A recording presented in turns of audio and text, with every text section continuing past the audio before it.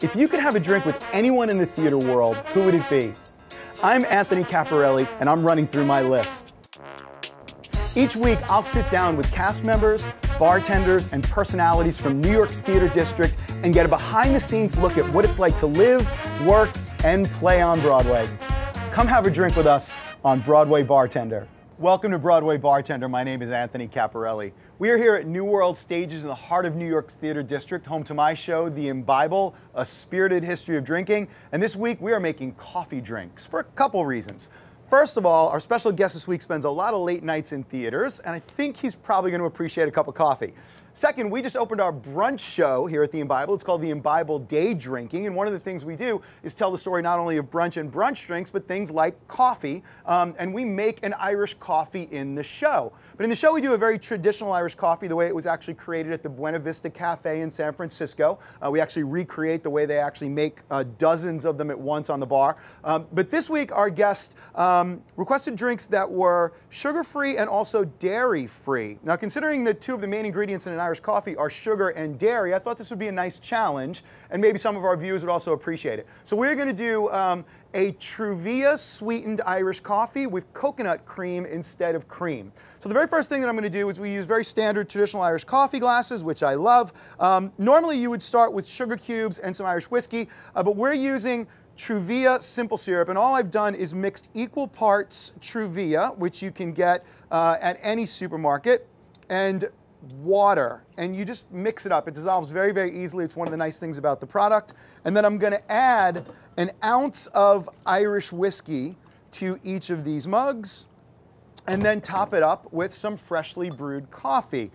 And freshly brewed is really important. We made this probably 5 minutes ago, and that goes almost up to the top, but you want to leave enough room for the cream. Now again, in a traditional Irish coffee, we would be using full heavy cream, but we're going to use coconut cream that I've sweetened, again, a little bit with some Truvia. And all I'm going to do is pour some of this coconut cream into my mixing tin. I want to thicken it, because the whole thing about an Irish coffee is the cream needs to float. And if you don't shake the cream, it will sink to the bottom of the glass. And if you do shake it, it will aerate and float. So we're gonna do what's called a dry shake, and that's just shaking an ingredient without ice. And all I'm trying to do is introduce air into this ingredient. And again, we normally do this with cream, but it works beautifully with coconut cream. Only takes about 15 or 20 seconds. Just gonna thicken it up a little bit, and those air bubbles are gonna keep that coconut cream floating right on top of the drink. And what you want is the contrast between the cream, that nice cool cream, and the hot coffee. So I'm going to float this using my spoon right over the top of the drink. And you can see that that sits and forms a beautiful layer on top of the coffee. And this is really not difficult at all. It's almost impossible to get it to sink if you thicken it properly. And that is our no sugar, no dairy Irish cream for our special guest, Scott Coulter. How are you today? I'm great. Thank you so much. A signature drink. Yeah, you like that? Yeah, cheers. Cheers. Let me know what you think. I certainly can use a little coffee right now. Oh my God, that's good. You like that? Yeah, I set you a problem. I feel so bad. No sugar, no dairy. No, no, no. You sent me a challenge. That's right. And we love challenges. And you know what? I love it. I'm Irish, so you could actually call this a Coulter coffee. I think we could rename it. I think we just created a Coulter coffee right here on Broadway Bartender. Fantastic? That's wonderful. I have to say, I really like the combination of the coconut. I think it works really well with the coffee. And stevia is my go-to for zero-calorie, non-sugar sweeteners because it doesn't add any aftertaste. It just it brings almost a little bit of citrusy kind of vanilla flavor to the drink, but that's it, and then just sweetens it. So I think this is a lovely drink. Yeah. So thank you. Think how many you're going to sell at brunch now. Exactly. Coulter coffees, I love it. I think I may offer this in the show. Okay, so let's talk about what you do, because I am fascinated by the career that you have kind of carved out in the performance world. You are a cabaret performer and also an entertainment producer, Right. right? Okay, so again, we get a lot of people watching Broadway Bartender that maybe don't live right here in the theater district and aren't as familiar with some of the different aspects of theater. Explain cabaret, first of all, and the rest of what your business is. What else you do? Well, I moved to New York to be a musical theater performer, to be, you know, a Broadway star. Really interesting. I don't know that anyone's ever tried that before. I thought that sounds unique and different, and I think I'll give this a shot. Okay, great. So I came here and I did a couple of regional things and a national tour, and I'd only been here a couple of years, but I was frustrated that things weren't moving fast enough. So I decided I'd sing in a bar. So this is perfect. So I did my very first cabaret show with some people that I had graduated college with, the University of Cincinnati College Conservatory of Music, CCM. We remounted a version of our senior showcase, and at a club called Don't Tell Mama, where they serve alcohol in the room. And the last night of our 3-show run, a critic happened to wander in and ended up giving us a Bistro Award for Review of the Year. So everything sort of snowballed from that, and I started doing my own solo shows. I started singing with a composing team called Marcy Heiser and Zena Goldrich, who wrote Taylor the Latte Boy, interestingly enough, with this drink right here. Really? Yeah. Oh my God, that's an amazing song. Yeah. So if you haven't heard Taylor the Latte Boy, I'm sure it's on YouTube, like a million different versions. Yes. Check it out. It's absolutely awesome, and it's a great audition piece, It's a great audition piece, yeah. So I've been singing with them for almost 20 years, and through them I met Stephen Schwartz, who invited me to go on the road with him and do a series of concerts called Stephen Schwartz and Friends with Stephen, myself, Tony Winter, Debbie Gravitt, and Liz Calloway. And we did that for started in 1999, and for several years we did that. And then the man that booked that show decided that he was going to disband his company. He was sort of tired of that. And everybody was fine with that except me, because I was like, I sort of need this to keep happening, the show. So I asked Stephen if I could try to book it, and he said, knock yourself out. So I started a concert production company. And now I create concert events for symphonies and performing arts centers around the world. So you just decided you were going to go from performing to booking the show that you were in? I still perform. I perform in a lot of the shows that I book, not all of them, but a lot of them.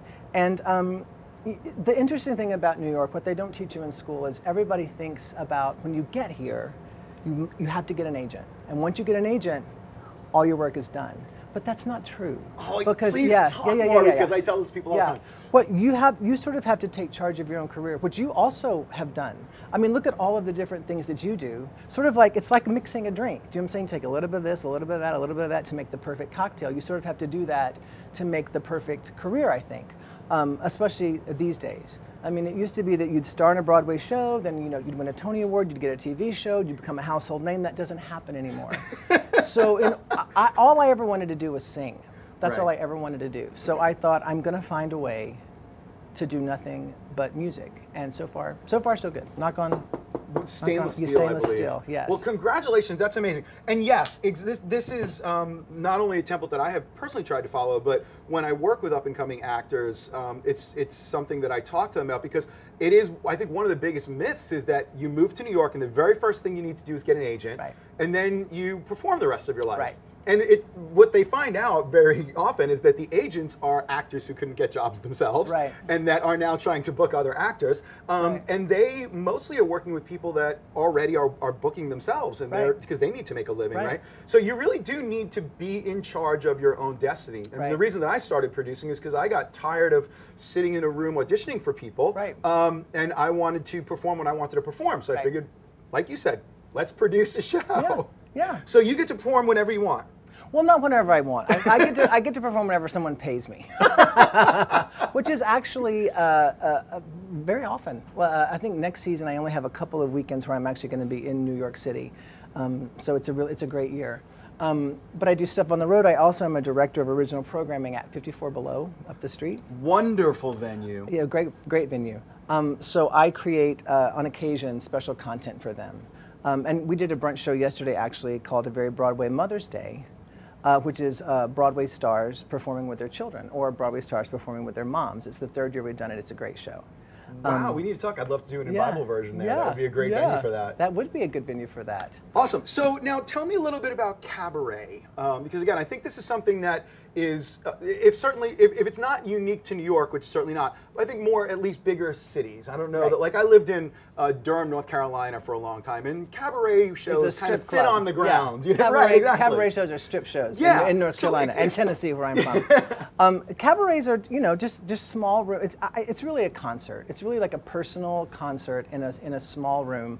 But I think what has made my company show so successful is that we take the ideas of cabaret, which is talking directly to an audience, speaking to them as if you're in your living room, sharing stories, sharing background about the song, and putting that in a performing arts center context or a symphonic arena, sort of shakes things up a bit.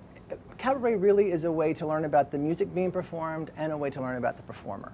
So that's what makes it different than just like going to see Celine Dion in concert or, you know, Aerosmith in concert. Is it by definition conversational and interactive? It's not interactive, but it is conversational in the sense that you should be sharing. It's a sharing of yourself, which can run into problems because sometimes people share too much or share things you don't really want to hear them sharing. But it's really just about a way of, you know, looking at music. Like if we were to both sing Someone to Watch Over Me, the Gershwin song, even if we sang the exact same notes, exact same melody, the exact same rhythms, it'd be two different versions because you're bringing your story to that song and I'm bringing my story to that song, whatever those stories may be. So cabaret is a way of sort of letting people take an hour or 75 minutes and sort of put their stamp, put their story on the songs that they're singing. That's how I like to look at it. So the cabaret that I'm most familiar with is sort of American songbook type stuff where Right. people are singing,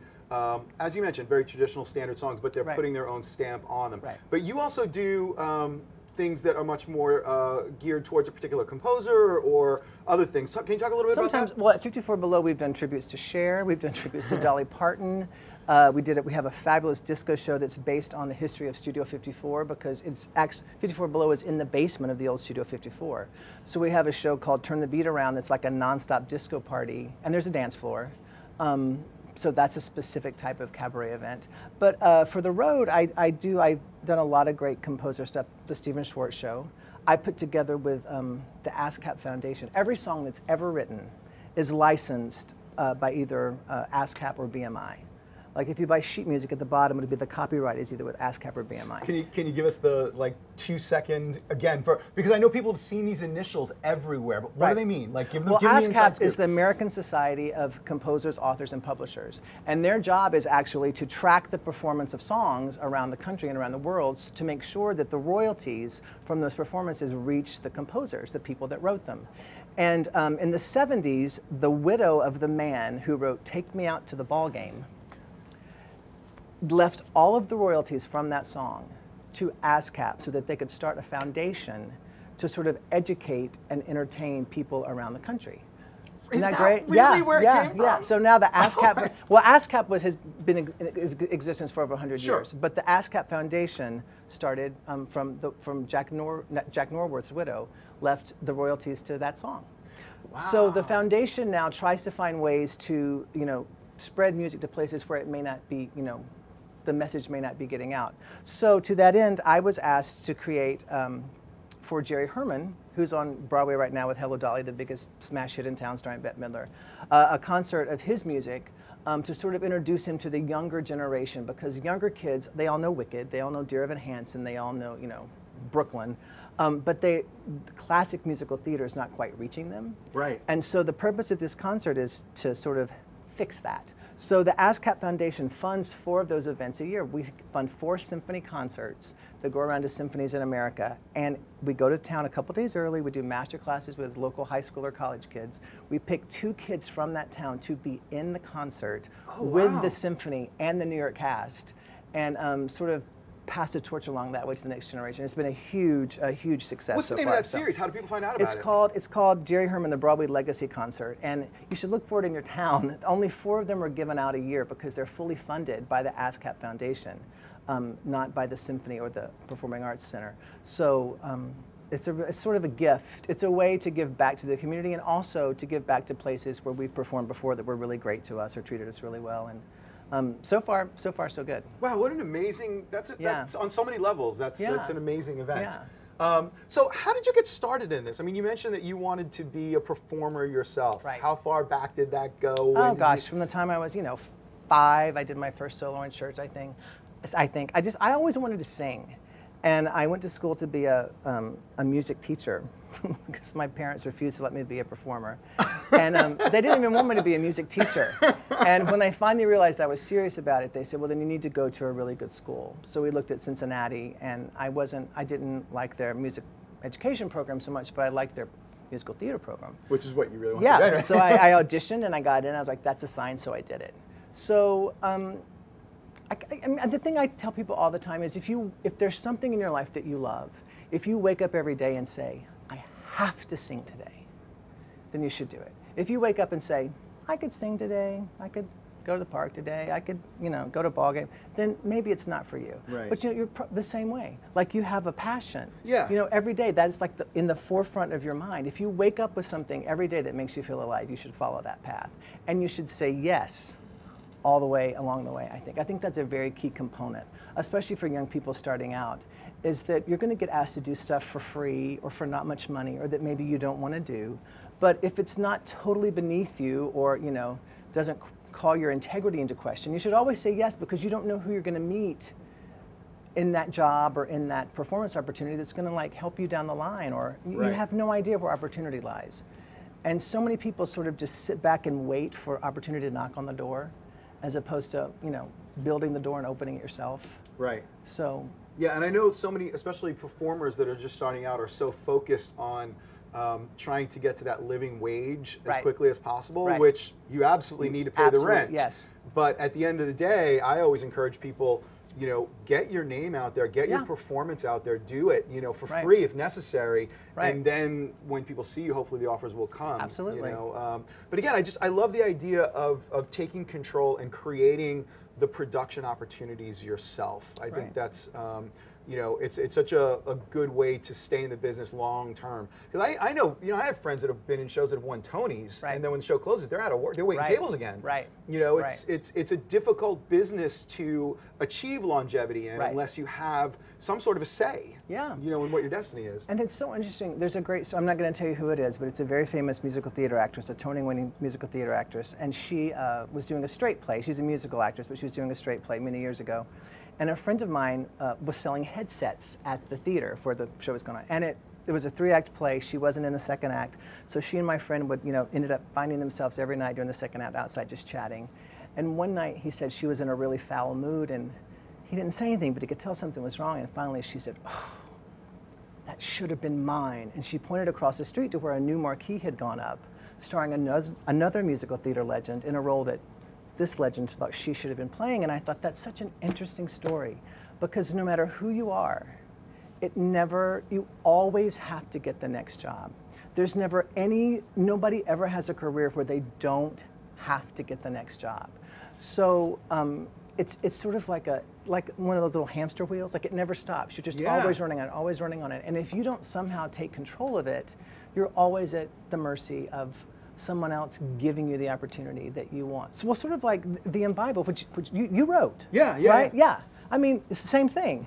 Yeah. I mean, again, it's something that I wanted to do, and so rather than pitch it, just produce it, right? Absolutely. But again, it takes a certain sort of, I guess, personality and things that maybe not everybody possesses. But I do think that even people who just want to be performers should find other ways to make a living in the business. And teaching is another great way to do it. Getting in the production end is another great way to do it. Today, marketing and social media, I know so many people that are, rather than do marketing and social media for a pharma company, which there's nothing wrong with, wonderful, but if your passion isn't pharma and it's theater, do it for a theater company. Absolutely. So yeah, I think it's really important. And again, I just think that I was so glad that we were able to have you on the show, because I think it's such a great example of how someone can perform long term on their own terms. I think it's just, and I salute you for that. Well, I think thank it's you, and you.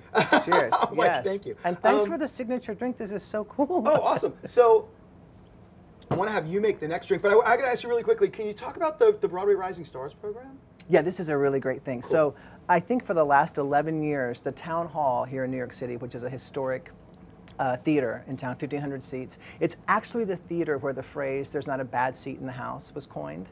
You have a great story. Yeah. Isn't that great? Stuff. Well, that's just, it's part of the Town Hall legacy.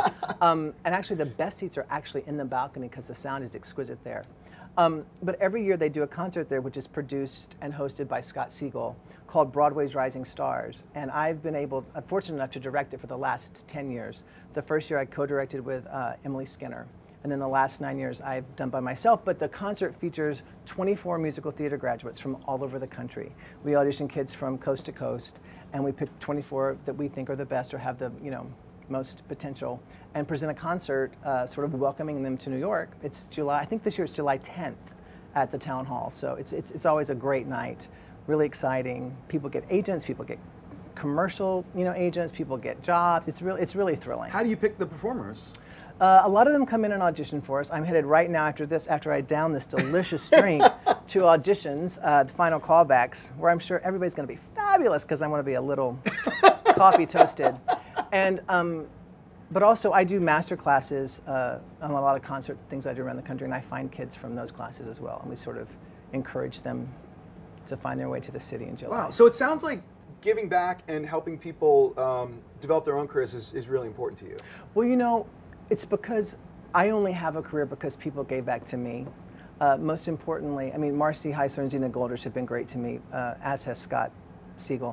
But Stephen Schwartz has been huge in my life and has been so supportive and giving and generous. And sort of by his example, I mean, to me, he's the pinnacle. Do you know what I'm saying? He's one of my absolute heroes. Right. Yeah. He's at the top of the mountain, and he's constantly pulling other people up, which I think is such a beautiful legacy for himself, but also a lesson to me to, there's room for everybody at the top of the mountain.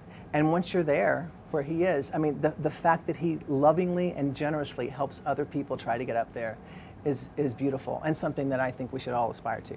Wow, Godspell is my all-time top favorite show. It is? Oh, I absolutely, and I was just telling someone in Bible, I actually used very loosely the format of Godspell. It's a narrator telling stories that are acted out by the rest of the cast. Fantastic. Because that was such a formative show for Yeah. me. I couldn't agree more. I think he's absolutely wonderful and a genius. He is. Okay, great. So, have you bartended before? Just at my house. That totally counts. Which is just ice and vodka, so that doesn't really count. It absolutely counts. You feel like making a drink? Sure. All right, let's switch places, and you come right over here.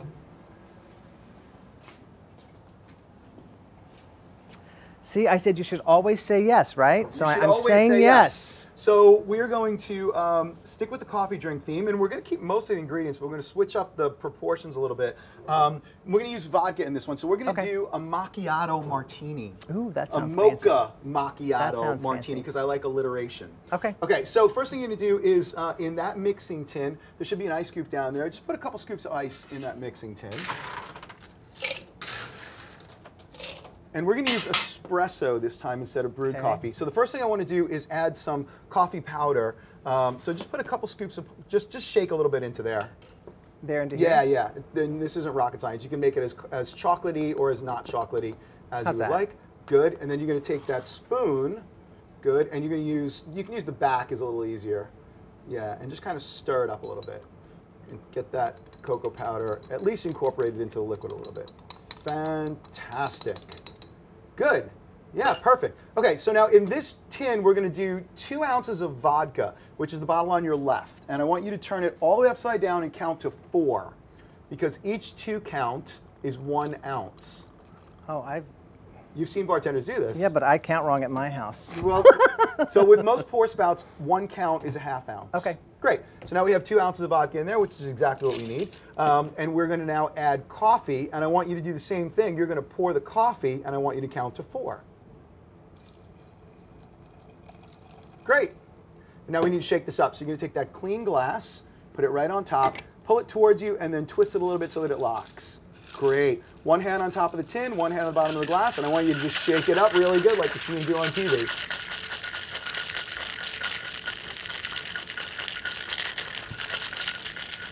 Great. Okay, and you can go ahead and pop that off. That's what you think. Yeah, I know. So this is the trick. There you go. Good job. Good job. So now we have, I need to sweeten it a little bit. So we're going to use that stevia, the Truvia syrup, and just count to 2 this time. Perfect. And just give it a little swirl to incorporate that. Good. And you have a strainer right there that with the spring on it. Put the spring side down. Yep. And you're going to swing that handle around to the right and put your index finger right here. That's it. And go ahead and strain it. And try and do like, go back and forth between these two glasses so you get fairly even amounts in both. Exactly. Good. And we're going to leave a little room at the top. Perfect. Perfect. And now we have some more coconut cream here, which is thickened in that tin. So you go ahead and pour a little bit into that tin. And you're going to shake it again, but this time with the dirty glass. And you only need to do this for a few seconds. And we're going to just dry shake this coconut. Good, and that will do it. And for a macchiato means stain in Italian, and it should just be stained with cream. So I just want you to take the spoon and scoop some coconut cream and just drag it right along the top. So what you see in kind of mass coffee shops isn't a traditional macchiato. If there's more than about that much cream, you're really looking at a latte. So that's exactly what a macchiato should look like. Well, that is. That is. That's they look beautiful. All right, you want to try that? Sure. Here, I'll drink the yucky one. You take the nice one. Oh, thank you so much. Thank you. Cheers. Cheers.